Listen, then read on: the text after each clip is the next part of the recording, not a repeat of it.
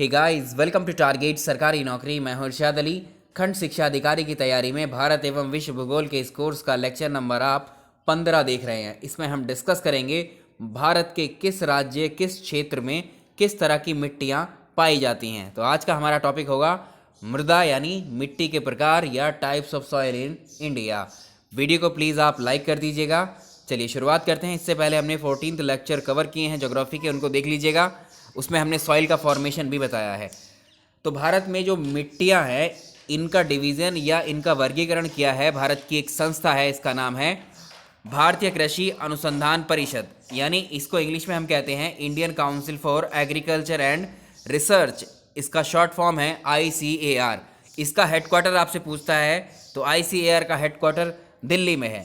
इसी ने भारत की मिट्टियों को 8 वर्गों में विभाजित किया है। तो भारत में 8 तरह की 8 टाइप की मिट्टियाँ पाई जाती हैं जो आपके सामने हैं।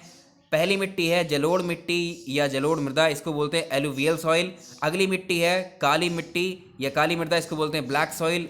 लाल मिट्टी, इसको बोलेंगे रेड सॉइल, लेटेराइट मिट्टी। वनीय या पर्वतीय मिट्टी, मरुस्थलीय मिट्टी, क्षारीय मिट्टी या लवणीय मिट्टी कहते हैं इसको, दलदलीय मिट्टी या पीट मिट्टी। तो इन 8 मिट्टियों को हम एक एक करके डिस्कस करेंगे, कैसे ये बनती हैं, कैसे फॉर्मेशन होता है, क्या इनकी विशेषता है, कौन सी फसल के लिए बेहतर मिट्टी होती है। चलिए शुरुआत कर लेते हैं इसकी। तो पहली मिट्टी हम डिस्कस करेंगे जलोढ़ मिट्टी। जलोढ़ मिट्टी को ही हम कहते हैं दोमट मिट्टी। इसी मिट्टी का नाम होता है कांप मिट्टी और इसी को हम कहते हैं एलुवियल सॉइल। जलोढ़ मिट्टी बनती कैसे हैं, पहले इसको समझेंगे। भारत में बहुत सारी नदियाँ बहती हैं और हम जानते हैं भारत में कौन कौन सी नदियाँ बहती हैं। इंडस रिवर है, गंगा रिवर है, ब्रह्मपुत्र रिवर है, महानदी है, कावेरी है, गोदावरी है, नर्मदा है। ये बहुत सारी नदियाँ हैं। और ये नदियाँ कहाँ से आती हैं? ये नदियाँ ऊंचे स्थानों से, पर्वतों से, चट्टानों से निकलकर ये नदियाँ फ्लो होती हुई भारत के अंदरूनी हिस्सों में या भारत से होकर किसी दूसरे क्षेत्र में चली जाती हैं और अपना जल महासागरों में गिरा देती हैं या सागर में गिरा देती हैं। अगर हम बात करें ये नदियाँ जिन क्षेत्रों से निकल करके आ रही हैं, जिन चट्टानों से निकल करके आ रही हैं, ये पानी, जब ये पानी इन चट्टानों से होकर बहेगा तो ये जो चट्टानों के जो निचले हिस्से हैं जिनसे ये पानी होकर बह रहा है या रगड़ खा रहा है इन चट्टानों से, तो ये जाहिर सी बात है इन चट्टानों को ये छोटे छोटे टुकड़ों में तोड़ने की कोशिश करेगा ये पानी, क्योंकि पानी जो है नदी का वो एक बहाव के साथ आता है, बहुत तेज़ी के साथ प्रवाहित होता है वो, है ना। तो उसमें ये थोड़े थोड़े कंकड़ जो है इन चट्टानों के टूटते हैं और हम कह सकते हैं कि चट्टानों के जो कंकड़ पत्थर हैं छोटे छोटे, वो टूटकर इस पानी के साथ बहना शुरू कर देते हैं। तो नदियाँ जब अपने मार्ग में चलती हैं तो उनके द्वारा कई सारे बारीक कंकड़ पत्थर, जिन्हें हम क्या कहते हैं, अवसाद कहते हैं, वो बहाकर अपने साथ ले करके जाती हैं। इन्हीं बारीक अवसादों को ये नदियाँ जो हैं जहाँ पर ये समुद्र में गिर रही होती हैं उसी के आसपास डिपॉजिट कर देती हैं, यानी एक जगह इकट्ठा कर देती हैं ये नदियाँ इन कंकड़ पत्थरों को जो अपने साथ ये बहाकर ला रही होती हैं। इन कंकड़ पत्थरों के, इन अवसादों के एक जगह इकट्ठा होने से जो एरिया बना, जिस एरिया में कंकड़ पत्थर रहे, छोटे मोटे बारीक जैसे भी, इस कंकड़ पत्थर, इन अवसादों से जो मिट्टी का निर्माण होता है उसे हम कहते हैं जलोढ़ मिट्टी। तो इसका एक सिंपल डेफिनेशन हम कैसे दे सकते हैं कि नदी के द्वारा बहाकर लाए गए अवसादों के निक्षेपण से जिस मिट्टी का निर्माण होता है उसे जलोढ़ मिट्टी कहते हैं। अब निक्षेपण क्या है, इस शब्द का मतलब समझिए। जो नदी बहाकर जो सेडिमेंट्स लेकर आ रही है अपने साथ, जो अवसाद बहा करके लेकर आ रही है, उन अवसादों को जहाँ पर वो इकट्ठा करती है, उन नदी द्वारा बहाकर लाए गए अवसादों को इकट्ठा या एकत्रित या जमा करने की क्रिया ही कहलाती है निक्षेपण। ठीक है, तो निक्षेपण की क्रिया के फलस्वरूप बनती है जलोढ़ मिट्टी, दोमट मिट्टी या कांप मिट्टी। तो इसका फॉर्मेशन ऐसे होता है, जहाँ जहाँ नदियाँ होंगी, आप जाहिर सी बात है जहाँ जहाँ डेल्टा बना रही होंगी, जहाँ जहाँ ये सागरों में गिर रही होंगी, वहीं पर इस तरह के क्षेत्र या इस तरह के मिट्टी वाले क्षेत्र का निर्माण हो जाएगा। यानी इंडस रिवर भी इस तरह की मिट्टी को बना रही होगी, सिंधु नदी भी, ब्रह्मपुत्र नदी भी और गंगा नदी भी। ये सारे एरिया किस मिट्टी के होंगे आपके? जी हाँ, ये होंगे आपके जलोढ़ मिट्टी के।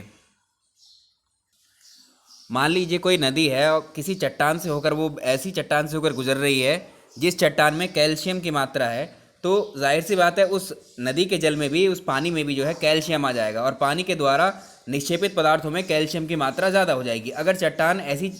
अगर किसी ऐसी चट्टान से नदी गुजर रही है जिसमें नाइट्रोजन ज़्यादा है, तो उस नदी के जल में जो है नाइट्रोजन की मात्रा ज़्यादा हो जाएगी। तो ये सारी चीज़ें होती हैं जो नदी के साथ चलती हैं, यानी नदी के अंदर जो पानी की या उसकी गुणवत्ता है, या आप कह सकते हैं जो उसके अंदर सेडिमेंट्स हैं उसकी जो क्वालिटी है सेडिमेंट्स की, वो निर्भर करती है वो किस तरह के क्षेत्र, किस तरह की चट्टानों से होकर के आ रही है। अब बात करते हैं कि जलोढ़ मिट्टी में होता क्या क्या है। देखिए जलोढ़ मिट्टी में पहले इसके नाम देख लेते हैं। जलोढ़ मिट्टी के जो नाम है अलग अलग, जलोढ़ मिट्टी को ही कौंप मिट्टी या कछारी मिट्टी या दोमट मिट्टी या कश्मीर में इसको करेवा मिट्टी के नाम से भी जानते हैं। तो ये सारे नाम आपको पता होनी चाहिए कौन सी मिट्टी की बात कर रहा है। ये पूछ लेता है कि कौंप मिट्टी किसे कहा जाता है, कछारी मिट्टी किसे कहा जाता है, तो इसी मिट्टी का नाम है ये। और भारत में अगर इसका विस्तार देखें, जलोढ़ मिट्टी भारत में सबसे ज़्यादा क्षेत्रफल पर पाई जाती है। 15 लाख वर्ग किलोमीटर क्षेत्रफल पर फैली हुई है भारत के ये। अगर इसको कहा जाए तो भारत के 46% हिस्से पर, भौगोलिक क्षेत्र पर जलोढ़ मिट्टी पाई जाती है, सबसे ज़्यादा पाई जाती है। याद रखिएगा, जलोढ़ मृदा या एलुवियल सॉइल भारत में सर्वाधिक पाई जाने वाली मृदा या मिट्टी है। जलोढ़ मृदा ही भारत में पाई जाने वाली सभी मिट्टियों में सर्वाधिक उपजाऊ भी ये होती है, फर्टाइल है इसमें, ठीक है, प्रोडक्शन इसमें ज़्यादा होता है। तो most fertile soil in India कौन सी हुई? Alluvial soil. ये आपके 2 से 3 क्वेश्चन यहाँ तक हो गए। अगर हम बात करें जलोढ़ मिट्टी में होता क्या क्या है, देखिए इसके लिए जलोढ़ मिट्टी जो मानी जाती है सबसे ज़्यादा, जलोढ़ मिट्टी सबसे ज़्यादा अच्छी मानी जाती है चावल या धान की खेती के लिए, सबसे प्रमुख है। सबसे ज़्यादा खेती धान की जो है इसी मिट्टी में की जाती है। और गन्ने की भी कृषि की जाती है इसमें। गन्ने के अलावा और भी फसलें हैं जो इसमें बोई जाती हैं, लेकिन मेन क्रॉप हैं जो आपके सामने है। अगर हम कंपोजिशन की बात करते हैं एलुवियल सॉइल का संगठन, इसमें क्या क्या होता है, देखिए अगर इसमें नाइट्रोजन की बात करें तो जलोढ़ मिट्टी में एलुवियल सॉइल में ये नहीं होता है, नाइट्रोजन नहीं होता, फॉस्फोरस भी नहीं होता, ह्यूमस भी नहीं होता। अगर ऐसे भी पूछ सकता है कि क्वेश्चन आता है कि इसमें कि जलोढ़ मिट्टी में किस किस तत्व, किस पदार्थ का अभाव होता है। नाइट्रोजन नहीं होती इसमें, फॉस्फोरस नहीं होती, ह्यूमस, इन सभी का अभाव होता है या कमी होती है, या ये बहुत कम मात्रा में पाए जाते हैं इस जलोढ़ मिट्टी में। और जब ये सारे पाए नहीं जाते, एक मिट्टी को उपजाऊ होने के लिए इन सब की ज़रूरत होती है, लेकिन जलोढ़ मिट्टी में यही सब एब्सेंट हैं। तो जलोढ़ मिट्टी इतनी उपजाऊ हुई कैसे? तो जिन चट्टानी क्षेत्रों से ये नदियां होकर आ रही हैं, इनमें कई तरह के रसायन लेकर अपने साथ में आती हैं ये, और ये रसायन इस मिट्टी को बहुत ज़्यादा उपजाऊ बनाते हैं। तो जहाँ पर जलोढ़ मिट्टी पाई जाती है, जिन क्षेत्रों में, जिन मैदानी क्षेत्रों में, वहाँ पर जो है खाद वाद नहीं दिया जाता है, ठीक है। वहाँ पर गोबर वगैरह डाल देते हैं, घर से ले जाकर जो राख होती है आपकी, ठीक है, वो डाल देते हैं या जानवरों को बिठा देते हैं, ठीक है। तो इससे जो है भरपूर उत्पादन होता है इस मिट्टी में। लेकिन आजकल क्या हुआ है, इसी मिट्टी में आप देखते हैं हम जो है यूरिया का इस्तेमाल कर रहे हैं, ठीक है। अब यूरिया का इस्तेमाल क्यों करते हैं? यूरिया हम खाद के रूप में इस्तेमाल करते हैं, फर्टिलाइजर के रूप में, वो क्यों करते हैं? देखिए जब इस मिट्टी में नाइट्रोजन, अगर इस मिट्टी में नाइट्रोजन होता तो यूरिया डालने की ज़रूरत हमें नहीं पड़ती। यूरिया में क्या होता है? यूरिया में नाइट्रोजन होता है। अगर इस मिट्टी में पहले से ही नाइट्रोजन होता तो यूरिया हम नहीं डालते। तो हमारे देश में, भारत की जो मिट्टियाँ हैं, मैक्सिमम मिट्टी में जो है नाइट्रोजन का अभाव है, याद रखिएगा। ज़्यादातर मिट्टियों में नाइट्रोजन नहीं पाया जाता हमारे देश की मिट्टी में, इसलिए देश में हम उर्वरक का इस्तेमाल करते हैं, यूरिया का इस्तेमाल करते हैं। ये समझ में आ गया क्यों इस्तेमाल करते हैं हम फर्टिलाइज़र का? तो बहुत बड़े लेवल पर इस्तेमाल होता है फर्टिलाइज़र का, यूरिया का हमारे देश में। तो यूरिया में एक विशेष प्रकार का कंपोजिशन होता है, लेकिन हमारे यहाँ जो यूरिया की बोरी आती है ना, जो पैकेट आता है, उसमें आप देखिएगा 78% नाइट्रोजन होता है। अगर पूछे आपसे जो फर्टिलाइज़र उर्वरक है यूरिया, उसमें सबसे ज़्यादा कंपोजिशन में क्या होता है? नाइट्रोजन होती है 78% उसमें, ठीक है, इसको याद रखिएगा। और यहाँ पर जो है, जैसे हमने खेतों में नाइट्रोजन ज़्यादा डाल दिया, अब नाइट्रोजन ज़्यादा डालने से नुकसान भी होता है। अब अगर आप इन चीज़ों को अधिकता में देने लगोगे किसी मिट्टी को, तो ये जो है फिर नुकसान भी देने लगेगा। धीरे धीरे नुकसान ऐसा हुआ, पृथ्वी के जो मिट्टी में पोषक तत्व थे, वो पोषक तत्व ये ज़्यादा यूरिया डालने से अब जो है धीरे धीरे कम होते चले गए, ठीक है। तो ज़्यादा कोई भी चीज़ अधिकता में करने पर वो नुकसान ही देती है। चलिए, तो आप जो रसायन होते हैं वो इस मिट्टी को ज़्यादा उपजाऊ बनाते हैं। अब बात करते हैं, अब देखिए ये मिट्टी में क्या क्या पाया जाता है। इसमें जलोढ़ मिट्टी में पोटाश सर्वाधिक मात्रा में पाया जाता है, चूना भी इसमें पर्याप्त मात्रा में मिलता है। ये कंपोजिशन पूछ लेता है कि इसमें क्या क्या पाया जाता है। इसका रंग हल्का धूसर या राख धूसर के जैसा होता है। और जलोढ़ मिट्टी जो बांगर है, इसकी जो शुरुआती फॉर्म कहलाती है खादर या बांगर, ये भी क्या है? जलोढ़ मिट्टी ही है ये भी, ठीक है, इसको भी याद रखिएगा। और ये मिट्टी जो है 3 महत्वपूर्ण नदियां जो अभी डिस्कस किया था हमने, सिंधु नदी, गंगा नदी, ब्रह्मपुत्र नदी और सहायक नदियों द्वारा लाए गए निक्षेपों से, उनके द्वारा जो अवसाद लेकर के आए जाते हैं और उनको डिपॉजिट करती है, उनसे जो एरिया बनता है उसी को हम बोलते हैं क्या? आपका जलोढ़ मिट्टी का मैदान है। तो प्रायद्वीपीय नदियाँ जैसे महानदी, गोदावरी, कृष्णा, कावेरी नदियाँ, ये जलोढ़ से ये जो हैं कावेरी नदियों के जलोढ़ से बनी मृदा है ये सारी की सारी। तो ये पाई कहाँ पर जाती हैं, किन किन राज्यों में पाई जाती हैं? अभी ज़रा मैप पर देख लेते हैं इसको। जलोढ़ मृदा जो है मिट्टी, ये पंजाब वाले एरिया में पाई जाती है, हरियाणा में, बिहार में, उत्तर प्रदेश में, पश्चिम बंगाल में, असम में, गुजरात में, गुजरात का कुछ हिस्सा आता है इसमें। तो जलोढ़ मिट्टी में नाइट्रोजन की कमी होती है, जिसको पूरा करने के लिए हम उसमें क्या करते हैं, यूरिया को ऐड करते हैं। भारत में सर्वाधिक उर्वरक यानी फर्टिलाइजर का इस्तेमाल किया जाता है, कौन सा है वो, यूरिया है, इसको याद रखेंगे। अब देखिए ये मैप है, इस मैप पर पहले आप कोडिंग देख लीजिए। यहाँ इस मैप में कुछ 8 प्रकार की मिट्टियाँ हैं, उनको दर्शाया गया है। जो हमें देखना है वो जलोढ़ मिट्टी है। जलोढ़ मिट्टी के लिए जो रंग इस्तेमाल किया गया है वो लाइट ग्रीन है, ये वाला कलर है लाइट ग्रीन, जलोढ़ मृदा। अब देखिए जहाँ जहाँ पर ये लाइट ग्रीन कलर आपको नज़र आएगा, ये यहाँ पर ये सारी जलोढ़ मिट्टी है। जलोढ़ मिट्टी ये रही, ये सब जलोढ़ मिट्टी का हिस्सा है। यहाँ पर ये देखिए, ये यहाँ पर क्यों है, असम में क्यों है जलोढ़ मिट्टी, अभी देखा है हमने पश्चिम बंगाल में, बिहार में, उत्तर प्रदेश में, यहाँ क्या है, जलोढ़ मिट्टियाँ हैं। वो क्यों है, यहाँ से हम ऑलरेडी डिस्कस कर चुके हैं नदियों को, इसलिए मैं पहले पढ़ा है कि अब जो है मिट्टियों का निर्माण किससे हो रहा है, नदियों से, चट्टानों से। तो ये ब्रह्मपुत्र नदी यहाँ पर आ रही है, ये भी क्या है, पूरे भारत, ये भारत से होकर के, असम से होकर के बांग्लादेश गई, उसके बाद में ये डेल्टा बना लेती है यहाँ। तो ये सारे मैदान किसके हैं, गंगा नदी तंत्र है पूरा का पूरा उत्तर प्रदेश से निकला हुआ, और उसकी सहायक नदियाँ यहाँ से आ रही हैं निकल करके, ठीक है। तो ये सारी जो मिट्टी हैं, ये ग्रीन कलर की, इस मिट्टी को हम क्या कहते हैं, ये जलोढ़ मिट्टी है सारी, और ये बहुत उपजाऊ मिट्टी है। कुछ क्षेत्र इसका यहाँ पर भी है, पूर्वी घाट में ये रहा, नीचे तक भी आ रहा है, देखिए आप यहाँ तक देखेंगे इस मिट्टी का। तो क्यों आ रहा है यहाँ पर, क्योंकि यहाँ पर भी नदियाँ हैं। देखा था कावेरी, कृष्णा, गोदावरी, साउथ इंडिया की नदियों को हम डिस्कस कर रहे थे। तो पूर्वी घाट में भी कुछ कुछ जगहों पर ये मिट्टी पाई जाती है। एंड अगला देखेंगे, अगली मिट्टी है काली मिट्टी। काली मिट्टी को कहते हैं आप इंग्लिश में ब्लैक सॉइल, सिंपल है बिल्कुल। काली मिट्टी बनती कैसे है, एक्चुअली काली मिट्टी को कहा जाता है ये वॉल्केनिक सॉइल है। ये ज्वालामुखी क्रिया के दौरान बनने वाली मिट्टी है। पृथ्वी के अंदर जो लावा होता है, पृथ्वी के अंदर हो रही हलचलों की वजह से जब ये बाहर आता है पृथ्वी के ऊपर, इसके धरातल पर, तो यही मैग्मा पृथ्वी के अंदर ये कहलाता है लावा। और जिस चट्टान का निर्माण होता है, इससे ये लावा इकट्ठा होता चला जाएगा, जब निकलते चला जाएगा ऐसे इकट्ठा होता रहेगा, इकट्ठे होते होते एक चट्टान बनेगी, इसे कहेंगे बेसाल्ट लावा, ठीक है।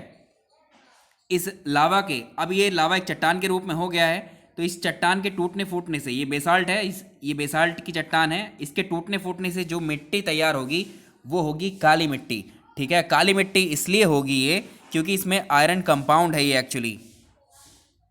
तो इसको हम क्या कह सकते हैं, भारत में काली मिट्टी, काली मृदा का निर्माण ज्वालामुखी विस्फोट से निकलने वाली लावा की ठंडा होने के उपरांत जो बेसाल्ट लावा के टूटने फूटने को बोलते हैं हम अपक्ष है, ठीक है। तो इसका एक सिंपली आपसे पूछ सकता है ऑप्शन में, वेदरिंग ऑफ बेसाल्ट, बेसाल्ट के अपक्षेण से यानी बेसाल्ट के टूटने फूटने से निर्मित जो मिट्टी होगी भारत में वो काली मृदा कहलाएगी, काली मिट्टी कहलाएगी। अब काली मिट्टी का सर्वाधिक सबसे ज़्यादा विकास किस क्षेत्र में है भारत के, तो भारत में सबसे ज़्यादा काली मिट्टी पाई जाती है महाराष्ट्र में, दक्कन ट्रैप में, ठीक है, उत्तरी पश्चिमी क्षेत्र में। और इसमें और कहाँ पर है, मध्य प्रदेश के मालवा प्लेट्यू में पाई जाती है, गुजरात के काठियावाड़ प्रायद्वीप में, अभी देखेंगे इसको मैप पर, और राजस्थान, कर्नाटक, तमिलनाडु, आंध्रा, इन सब में कुछ कुछ जगहों पर ये काली मिट्टी पाई जाती है। काली मिट्टी का रंग काला जो होता है वो किस वजह से होता है, देखिए हमारी भारत की जो काली मिट्टी है उसका रंग जो होता है वो टाइटेनी फेरस मैग्नेटाइट की वजह से होता है, टाइटेनी फेरस मैग्नेटाइट के कारण। ये क्वेश्चन बन सकता है आपके एग्जाम में। तो भारत में जो काली मिट्टी है, काली मिट्टी की खासियत ये है हमारे यहाँ की, इस मिट्टी की वाटर रिटेंटिविटी जो एक तरीके से वाटर रिटेंटिविटी पावर है, या आप कह सकते हैं जो जल होता है ना, पानी, उसको सोखने की शक्ति इसमें बहुत ज़्यादा होती है। वाटर होल्डिंग कैपेसिटी इसकी सर्वाधिक होती है इस काली मिट्टी की। और काली मिट्टी कौन सी खेती के लिए बेस्ट मानी जाती है, कपास के लिए, कॉटन की खेती के लिए सबसे बेस्ट है। इस काली मिट्टी में क्या होती है, कॉटन की खेती की जाती है, सबसे ज़्यादा प्रेफरेबल खेती इसके लिए यही है। अब काली मिट्टी को मैप पर देख लेते हैं कहाँ पर है। देखिए काली मिट्टी ये रही, काली मृदा को देखेंगे कहाँ पर है। ये एरिया आपको जो नज़र आ रहा है, ये वाला, ये ब्लैक सॉइल है, ये काली मिट्टी है, ठीक है। यहाँ महाराष्ट्र भी आ गया, कर्नाटक भी इधर आ गया, मध्य प्रदेश भी आ गया, राजस्थान भी आ गया कुछ हिस्सा, ठीक है। यहाँ पर हैं, ये सारी काली मिट्टी का एरिया है ये वाला, ठीक। तो आप जो है यहाँ से जो मेन पॉइंट है वो याद रखेंगे, काली मिट्टी किसके लिए ज़्यादा अच्छी मानी जाती है, ये कपास की खेती के लिए। अब नेक्स्ट चलेंगे, ब्लैक सॉइल के और पॉइंट्स हैं। ब्लैक सॉइल के अलग अलग नाम हैं इसके। काली मिट्टी क्योंकि कपास के लिए ज़्यादा फेमस है ये, इसको अलग अलग नाम भी है। इसको कहते हैं ब्लैक कॉटन सॉइल या काली कपासी मिट्टी, या इसी को बोलते हैं रेगूड़ या रेगूर, उष्ण कटिबंधीय चेरनोजम भी बोलते हैं इसको, या ट्रॉपिकल ब्लैक अर्थ या करेल भी इसी मिट्टी के नाम है। तो काली मिट्टी को स्वतः जुताई वाली मिट्टी भी कहा जाता है, काली मिट्टी को स्वतः जुताई वाली मिट्टी भी कहा जाता है। ठीक है, भारत की जो मिट्टी है इसमें जल धारण क्षमता बहुत अच्छी होती है। जब जल धारण क्षमता ज़्यादा होती है इसका मतलब ये नमी को सस्टेन कर सकती है, ये कैपेबल है, इसमें ये मिट्टी गीली रहती है और चिपचिपी हो जाती है। जब ये सूखती है तो जैसे गीली थी ये चिपचिपाहट इसमें हो गई, तब हाथ से इसको पकड़ोगे तो ये हाथ में पूरी तरह से चिपक जाएगी। कुछ मिट्टी ऐसी जैसे गीली हुई, हाथ से छुआ, फिर आप बाहर निकालोगे तो आपके हाथ से लगेगी ही नहीं, सीधे नीचे गिर जाएगी। ऐसी कुछ मिट्टियाँ अलग अलग भी होती हैं। ठीक है, तो ये मिट्टी ऐसी है, जब ये सूख जाती है, सूखने के बाद इसमें दरार पैदा हो जाती हैं, क्रैक्स पड़ जाती हैं। ठीक है, गर्मी के दिन में अगर आप बात करोगे इस मिट्टी की, गर्मी के दिनों में जब ये नमी पूरी तरह से समाप्त हो जाती है इस काली मिट्टी की, तो मिट्टी में हल्की हल्की दरारें आने शुरू हो जाती हैं। ये वही दरारें जैसे घरों की दीवारों में भी आपने देखी होंगी, तो काली मिट्टी जो है चिपचिपी हो जाती है, सूखने पर इसमें दरारें पड़ जाती हैं। अब क्या होता है, जब ये मिट्टी में दरारें पड़ गई सूखने पर इसमें, तो इस तरह दरार उत्पन्न हो गई। ये जो मिट्टी का हिस्सा आप ऐसे देखिए यहाँ पर, ये इस तरह से दरारें बन गई। ठीक है, आपने खुद देखी होंगी खेतों में जा कर के, और ये दरारें जब आप देखोगे तो आपको ऐसा लगेगा जैसे कि ये मिट्टी मतलब धरती अभी फट गई हो। ऐसा लगेगा जैसे क्या इस मिट्टी को जो या इस खेत की जुताई अभी अभी की गई हो। इसीलिए इस मिट्टी को क्या बोलते हैं, स्वतः जुताई वाली मृदा। तो यहाँ पर बहुत सारे क्रैक होते हैं, एक नहीं होता, बहुत सारे क्रैक होते हैं। ठीक है, तो ये मिट्टी के नाम है, फिर से वही नाम है। अब सवाल आता है किस मिट्टी में गर्मियों में या शुष्क मौसम में दरारें पड़ जाती हैं। इसको याद रखिएगा, ये ब्लैक सॉइल है। ब्लैक सॉइल में क्या पाया जाता है, ह्यूमस की मात्रा इसमें पाई जाती है। एंड अगला अगला मिट्टी की देखेंगे हम, अगली है रेड सॉइल। अब तीसरी मिट्टी की बात करेंगे, ये है रेड सॉइल या लाल मृदा। तो ब्लैक सॉइल काली मिट्टी के चारों ओर फैली हुई है कौन सी मिट्टी, लाल मिट्टी। अभी मैप पर देखेंगे इसको, तो जलोढ़ मिट्टी के बाद भारत में सर्वाधिक क्षेत्रफल पर कौन सी मृदा पाई जाती है, वो लाल मिट्टी पाई जाती है। लाल मिट्टी का निर्माण कैसे होता है, जो आग्नेय चट्टानें होती है ना, आग्नेय चट्टानों के अपक्षेपण से, यानी इन चट्टानों के टूटने से जो कंकड़ पत्थर या फिर जो मिट्टी बनती है उसे ही हम कहते हैं क्या, लाल मिट्टी या लाल मृदा। अब इस मिट्टी का रंग जो लाल होता है वो किस वजह से होता है, आयरन ऑक्साइड की वजह से, या फेरिक ऑक्साइड ऑप्शन में मिलेगा आपको, या इस तरह से भी मिल सकता है। इसकी मात्रा अधिक होती है इस मिट्टी में, जिसकी वजह से इसका रंग लाल दिखाई देता है। और ये मिट्टी ज़्यादा जो है तंबाकू की और खैनी की खेती के लिए ज़्यादा उपयोगी होती है। मूंगफली की खेती भी इसमें बहुत उपयोगी है, मूंगफली की खेती के लिए भी है।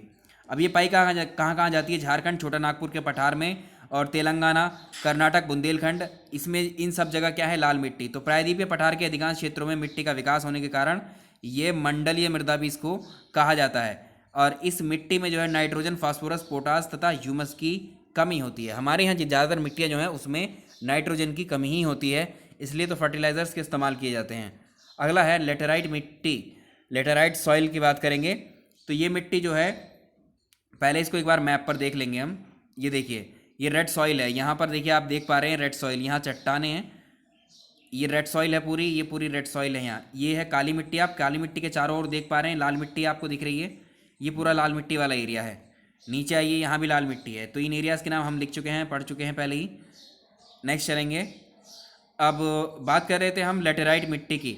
तो लेटेराइट मिट्टी एक्चुअली वहाँ पाई जाती है जहाँ पर सर्वाधिक वर्षा 200 सेंटीमीटर से ज़्यादा होती है, और तापमान वहाँ यानी गर्मी 24 डिग्री सेल्सियस उसका तापमान होता है। यानी अधिक वर्षा वाले क्षेत्रों में ये मिट्टी पाई जाती है, उष्ण और आर्द्र क्षेत्रों में ये मिट्टी पाई जाती है। अब इस मिट्टी की बात करते हैं। ये मिट्टी जिन क्षेत्रों में पाई जाती है वहाँ टेम्परेचर और रेनफॉल, वर्षा की स्थिति बहुत ज़्यादा हाई पाई जाती है। उन्हीं क्षेत्रों में लेटेराइट मिट्टी का फॉर्मेशन होता है। कहाँ कहाँ पर होती है अधिक वर्षा भारत में, एक तो जो भारत में पश्चिमी घाट है, पश्चिमी घाट महाराष्ट्र, तमिलनाडु, गोवा और ये केरल, इन क्षेत्रों में पाए जाते हैं पश्चिमी घाट में। और इधर है मेघालय, मेघालय में जो पहाड़ियाँ हैं वहाँ की, वहाँ पर ज़्यादा वर्षा होती है। मेघालय में चेरापूंजी में है ना, मोहसिन राम में, तो यहाँ पर क्या पाई जाएगी, ये लेटेराइट मिट्टी पाई जाएगी। तो इस मिट्टी के कुछ पॉइंट्स आपको याद रखने हैं। इस मिट्टी का प्रयोग एक्चुअली, चलिए इसमें लास्ट में डिस्कस करेंगे इस पॉइंट को। इस मिट्टी का इस्तेमाल हम ईंट बनाने में भी करते हैं, और ये मिट्टी भी अनुपजाऊ होती है, अनुर्वर होती है। तो चाय की खेती के लिए इस मिट्टी का ज़्यादा प्रयोग किया जाता है। अधिक वर्षा के कारण जल के साथ जो चूना है और जो सिलिका है इस मिट्टी के अंदर, वो जो है इसकी लीचिंग हो जाती है। यानी जैसे यहाँ पर है, ये आप देखिए, ये मिट्टी है, ये लेटेराइट मिट्टी है। लेटेराइट मिट्टी में जो चूना सिलिका है, जब ज़्यादा वर्षा होती है इन क्षेत्रों में, तो ये नीचे की तरफ चली जाती है सिलिका। तो इससे ये निश्चालन या लीचिंग के प्रोसेस के थ्रू इसमें कमी हो जाती है। और जो ऊपर बचता है हिस्सा, उसको कहते हैं हम सेस्क्वामसाइड। सेस्क्वामसाइड ये पदार्थ बचता है, इसी के कारण लेटेराइट मिट्टी का रंग लाल होता है, याद रखिएगा। एंड अगला चलेंगे, तो लेटेराइट मिट्टी आप देख पा रहे हैं, इसमें ये है, ये कलर है लेटेराइट मिट्टी का, ये रहा, ये लेटेराइट मिट्टी है आपकी, ठीक है। ये लेटेराइट मिट्टी कहाँ कहाँ पर है, देखिए यहाँ कुछ हिस्सा ये रहा, कुछ हिस्सा ये रहा लेटेराइट मिट्टी का, और ये यहाँ पूरा का पूरा पश्चिमी घाट, पूरा तो नहीं, यहाँ पर ये पश्चिमी घाट देख रहे हैं, ठीक है। जहाँ जहाँ वर्षा और टेम्परेचर कुछ कुछ जगह दिख रही होंगी आपको इस तरह की, है ना, तो वहाँ पर पाई जाती है। अब ये मिट्टी मुख्य रूप से पश्चिमी घाट के पर्वतों में, उनके जो पर्वत हैं उनके निचले हिस्सों में लंबी पट्टी के रूप में अभी देखा हमने केरल, कर्नाटका, महाराष्ट्र, उड़ीसा के पठारी क्षेत्रों में, राजमहल की पहाड़ियों में, छोटा नागपुर के पठार में, असम की पहाड़ियों में, मेघालय में पाई जाती है। आपको जो याद रखना है, मेघालय और पश्चिमी घाट को ज़रूर याद रखना है, यहाँ पर ये मेनली पाई जाती है इन इलाकों में ये मिट्टियाँ। उड़ीसा में भी हमने देखा था पठारी क्षेत्र में थोड़ा थोड़ा जगह पर ही हैं। तो उच्च तापमान होने की वजह से ह्यूमस की मात्रा, यहाँ पर ह्यूमस हम जानते हैं जो पदार्थ या कार्बनिक पदार्थ जो जीव हैं सड़ते गलते हैं ना, तो अगर यहाँ बारिश हो रही है तो ये ह्यूमस क्या है, बहकर आगे चला जाएगा, और यहाँ ज़्यादा लेटराइट मिट्टी वहीं पाई जाती है जहाँ ज़्यादा बारिश होती है। जब ज़्यादा बारिश हो रही है तो ये ह्यूमस बहकर कहीं और चला जाएगा, इसलिए उच्च तापमान होने के या बारिश होने की वजह से यहाँ पर क्या है, ह्यूमस की कमी होती है, इसमें नाइट्रोजन फास्फोरस की भी कमी होती है इस मिट्टी में। जो लेटराइट मिट्टी है वो चाय की खेती के लिए, कॉफ़ी, रबड़, सिंकोना की कृषि के लिए भी बहुत अच्छी मानी जाती है। क्वेश्चन पूछे जा चुके हैं यहाँ से, जितने भी फैक्ट आपके सामने मैंने डिस्कस किए हैं सब अपने आप में क्वेश्चंस हैं, ठीक है, सीरियसली लीजिएगा इन सभी को।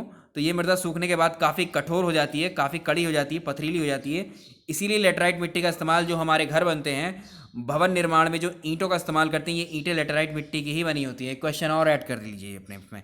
नेक्स्ट क्वेश्चन, नेक्स्ट मिट्टी जो हम करेंगे वो है वनीय मृदा या पर्वतीय मृदा, इसी को बोलते हैं फॉरेस्ट सॉइल या फिर माउंटेन सॉइल या हिली सॉइल। जैसे नाम से ही पता लग रहा है कि पर्वतीय मिट्टी या वनीय मिट्टी, तो पर्वत जहाँ पर होंगे, पहाड़ों पर जो मिट्टी पाई जाती है उसी मिट्टी को हम क्या कहते हैं, वनीय मिट्टी। अब इस मिट्टी की दिक्कत क्या है, जैसे बारिश हुई तो बारिश में क्या होगा, इस मिट्टी का कटाव होना शुरू होगा, ये मिट्टी बहनी शुरू होगी, नीचे की तरफ आ जाएगी बह बहकर, ठीक है। तो पर्वतीय मृदा का विकास जो है पर्वतों के ढालों पर होता है, और मृदा अपर्दन इसको बोलते हैं, मिट्टी का टूट टूट करके आगे बहते चले जाना, ये अपर्दन कहलाता है। इसके कारण ये मिट्टी की पतली परतों के रूप में पाई जाती है चट्टानों पर। जीवाश्मों की अधिकता होने के कारण इनका अपघटन नहीं हो पाता है, जीवाश्मों की अधिकता होने के कारण इनका अपघटन नहीं हो पाता है, इसलिए पर्वतीय मिट्टी एसिडिक कहलाती है। चलिए इसको थोड़ा सा डिटेल में डिस्कस करते हैं। तो जो पर्वतीय मिट्टी होती हैं, यहाँ पर देखिए, इस जगह जब देखेंगे तो ये मिट्टी पतली होगी, अगर ये समतल मैदान में बनेगी ये मिट्टी, तो ये मिट्टी की परत मोटी होगी, ठीक है। तो पतली परत, तापमान, जब आप ऊंचे इलाके में जाएंगे तो यहाँ पर तापमान जब कम होगा तो बैक्टीरियल एक्टिविटी भी कम हो जाएगी। बैक्टीरियल एक्टिविटी जब कम होगी, हमने पिछले लेक्चर में डिस्कस किया था, तो ह्यूमस का निर्माण भी कम होगा। ह्यूमस का निर्माण कम होगा तो मिट्टी बहुत उपजाऊ नहीं होगी। जंगल तो है, और जब जंगल के पेड़ों से पत्ते टूट टूट कर गिरेंगे, यहाँ ज़मीन पर टहनियाँ टूट टूट कर गिरेंगी, तो ज़मीन पर पड़े रहेंगे, उनका विघटन और वियोजन ही नहीं होगा, है ना। और किसी कारण से जब इनका विघटन और वियोजन नहीं होगा तो इस मिट्टी का स्वरूप एसिडिक हो जाएगा, अम्लीय टाइप की ये मिट्टी बन जाएगी। तो कौन सी मिट्टी होती है एसिडिक, आंसर आपका हो जाएगा वनीय मिट्टी या आप कहेंगे माउंटेन सॉइल। तो इस मिट्टी में पोटाश, फास्फोरस, चूने की मात्रा की कमी होती है, ये भी कम उपजाऊ होती है। अब यहाँ पर जो है इस मिट्टी का, तो देखिए पहाड़ी क्षेत्रों में होने के कारण, ये पर्वतीय क्षेत्र में होने के कारण इस मिट्टी पर जो है क्या है, पानी एक्चुअली रुकता नहीं है, ठीक है। तो पानी के बहने के कारण यहाँ ये मिट्टी जो है चाय और कॉफ़ी के लिए या मसालों की खेती के लिए बहुत उपयोगी है। जो चाय की खेती होती है, चाय की खेती के लिए एक स्पेशल चीज़ चाहिए होती है, उसको बहता हुआ पानी चाहिए होता है चाय की खेती के लिए। कभी ऐसा नहीं चाय की खेती में आप कर रहे हैं उसमें पानी भर दिया, नहीं, वो फसल कभी नहीं होती उसमें। चाय की खेती को बहता हुआ पानी चाहिए, इसीलिए क्या करते हैं यहाँ पर, देखिए ऐसे स्टेप फार्मिंग की जाती है, पर्वतों पर स्टेप फार्मिंग की जाती है।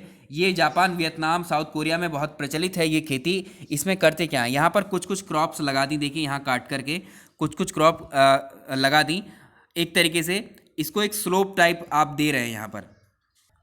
तो स्टेप फार्मिंग या टेरेस फार्मिंग है, इसमें हम कंटूर फार्मिंग भी वही है कि हम जो पर्वतों पर हैं, ये पर्वतों पर क्या करते हैं, कुछ कुछ ये डिस्टेंस मेंटेन करके क्यारियाँ टाइप की बना देते हैं इनके चारों तरफ, और यहीं पर जो है चाय की खेती, कॉफ़ी की खेती, क्योंकि जब इस पर पानी आएगा तो पानी क्या होगा, बहते चला जाएगा नीचे, रुकेगा नहीं पानी यहाँ, ठीक है। तो कॉन्टिन्यूसली बहता हुआ पानी चाहिए यहाँ पर। तो अब एक सवाल आपसे पूछा है कि ये जो है चाय और बागानों की, चाय की या कॉफ़ी की खेती के लिए किस तरह की जगह चुनी जाती हैं, तो ये जो पहाड़ी इलाके होते हैं, पहाड़ी क्षेत्र, ये इनके लिए बेस्ट होते हैं। तो पर्वतीय क्षेत्रों में जो खेती की जाती है उसको बोलते हैं टेरेस फार्मिंग या स्टेप फार्मिंग। कंटूर फार्मिंग भी आप देख लीजिए इसी तरह से होती है बिल्कुल। तो भारत के असम में दार्जिलिंग की पहाड़ियों में स्टेप फार्मिंग की जाती है। अगर आप शिफ्टिंग कल्टीवेशन की बात करें या झूम खेती की, इसमें क्या होता है, अगर मान लीजिए ये हिली एरिया है, यहाँ पर बहुत सारी पहाड़ियाँ हैं, पर्वत हैं, तो कुछ जाति आदमी भी आप जानते हैं पहाड़ी क्षेत्रों में, इलाकों में रहती हैं, जैसे नागालैंड, मणिपुर, सिक्किम में, छत्तीसगढ़ में, उड़ीसा में कुछ अभी भी ऐसे लोग रह रहे हैं जो प्रिमिटिव टेक्निक्स का इस्तेमाल करते हैं, अभी एग्रीकल्चर की बहुत पुरानी टेक्निक्स का इस्तेमाल करते हैं। इसमें क्या होता है, जो हिल्स होती हैं, पहाड़ियों पर जो पेड़ हैं, इन पेड़ों को क्या करते हैं, काट देते हैं लोग, ठीक है। इन ट्रीज़ को कट कर देते हैं। कट करने के बाद में इनको एक तरीके से जला देंगे, इन ट्रीज़ को, इन पेड़ों को जला देंगे वो, और जलाने के बाद में जो राख यहाँ इन पेड़ों की बचेगी, जलाने के बाद इस राख को जो है यहीं पर फैला दिया जाएगा, और इनमें ही जो है फसलों के बीज फेंक दिए जाते हैं ऐसे ही। तो जब इनसे फसल तैयार होती है, उस फसल को काट लिया जाता है, उसके बाद में पानी से ये सब बहाकर साफ़ हो जाता है। फिर अगली बार जो है ये जो है इस पहाड़ी को छोड़कर ऐसे ही 3-4 बार इस पर रिपीट करते हैं सेम प्रोसेस को।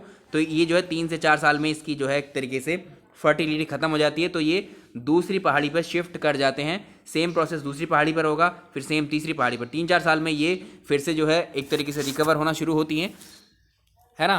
तो फिर से ये ऐसे ही शिफ्ट करते रहते हैं, इसी को बोलते हैं हम शिफ्टिंग कल्टीवेशन या झूम खेती। तो इसके लिए आप इसका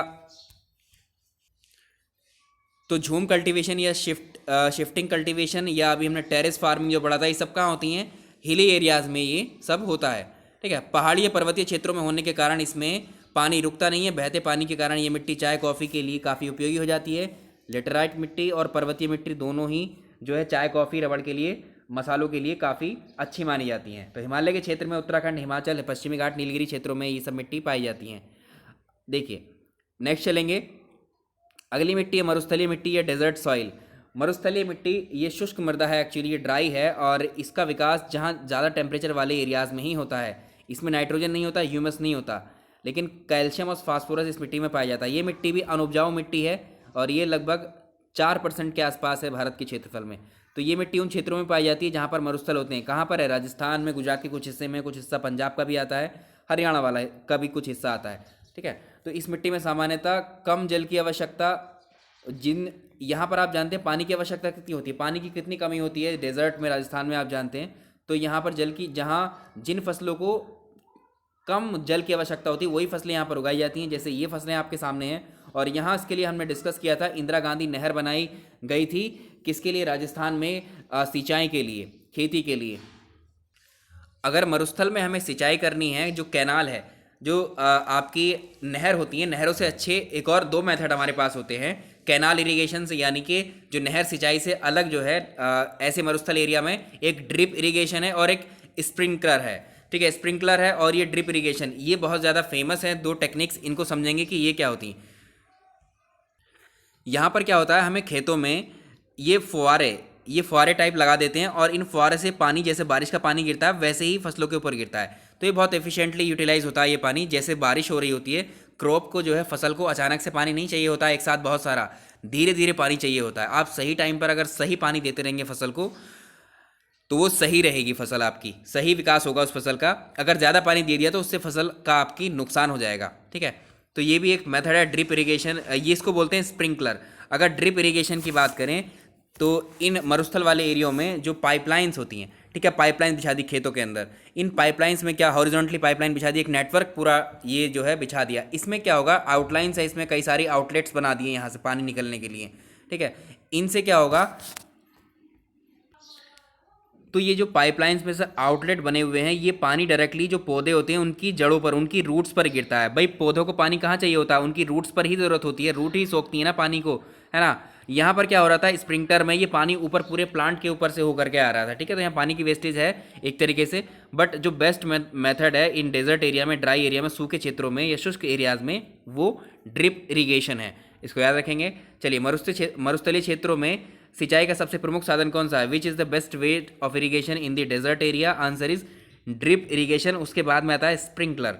अगली मिट्टी देखिए, तो ये मिट्टी समझ में आ गई होंगी आई होप, और ये लेक्चर हमारा काफ़ी लंबा हो चुका है। नमकीन मिट्टी या क्षारीय मिट्टी क्या होती हैं, इसका विकास शुष्क और जो आधे शुष्क ड्राई क्षेत्रों में एक तरीके से कह सकते हैं हम। तो यहाँ पर देखिए, इस मिट्टी में सोडियम, पोटेशियम और मैग्नीशियम की अधिकता ज़्यादा होती है। ये भी उर्वर नहीं होती है, फर्टाइल नहीं होती, इसमें भी वनस्पतियाँ नहीं उगती हैं, और नाइट्रोजन चूने की कमी हो इसमें पाई जाती है। मिट्टी बेसिक क्षारीय होती है एक्चुअली। और ये मिट्टी कहाँ पाई जाती है, पश्चिमी गुजरात, पूर्वी तट के डेल्टा, पश्चिम बंगाल, सुंदरवन के पश्चिम बंगाल में सुंदरवन है वहाँ पाई जाती हैं। इसमें देखिए, इसमें एक जो कैपिलरी एक्शन के थ्रू जो है यहाँ पर जो है सिंचाई की जाती है इन एरियाज़ में। अब आखिरी मिट्टी को डिस्कस करेंगे। ये मैप आप स्क्रीनशॉट देख लीजिएगा इसका, यहाँ से सारी मिट्टी आप देख लेंगे कहाँ कहाँ पर है। पीट मिट्टी, आखिरी मिट्टी डिस्कस करेंगे। तो इस मृदा का निर्माण जो होता है नदियों द्वारा, जो डेल्टाई क्षेत्र बनता है, अगर उसमें वहाँ पानी भरा रह गया, इस डेल्टाई क्षेत्र में पानी भरा रह गया, पानी भरने के कारण क्या होगा, जिस मिट्टी का निर्माण होगा, ये दलदली मिट्टी कहते हैं इसको, ये पीट कहलाती है, पीट मिट्टी। तो ये मिट्टी भी एसिडिक ही होती है। भारत में पीट मृदा वाले क्षेत्रों में मैंग्रोव वनस्पति अधिक होती है। और भारत में जो मिट्टी है इसमें मुख्यतः जो केरल है, केरल में, उत्तराखंड में और ये सुंदरवन के डेल्टा में ये मिट्टी पाई जाती है। इस मिट्टी में ह्यूमस ज़्यादा पाया जाता है और इस मिट्टी को केरल में कारी और जी हाइग्रो मॉर्फिक मिट्टी के नाम से भी इसको जाना जाता है। तो ये सारे पॉइंट्स आप याद रखिएगा। मिट्टी के बारे में सफिशिएंट पॉइंट है आपके लिए। आई थिंक आपको समझ आ गया होगा। वीडियो पसंद आया तो प्लीज़ लाइक कर दीजिएगा। और अगला चैप्टर हम डिस्कस करेंगे, इसमें आई थिंक बंदरगाह वाला चैप्टर लेंगे या फिर वनस्पति वाला chapter. Thank you so much.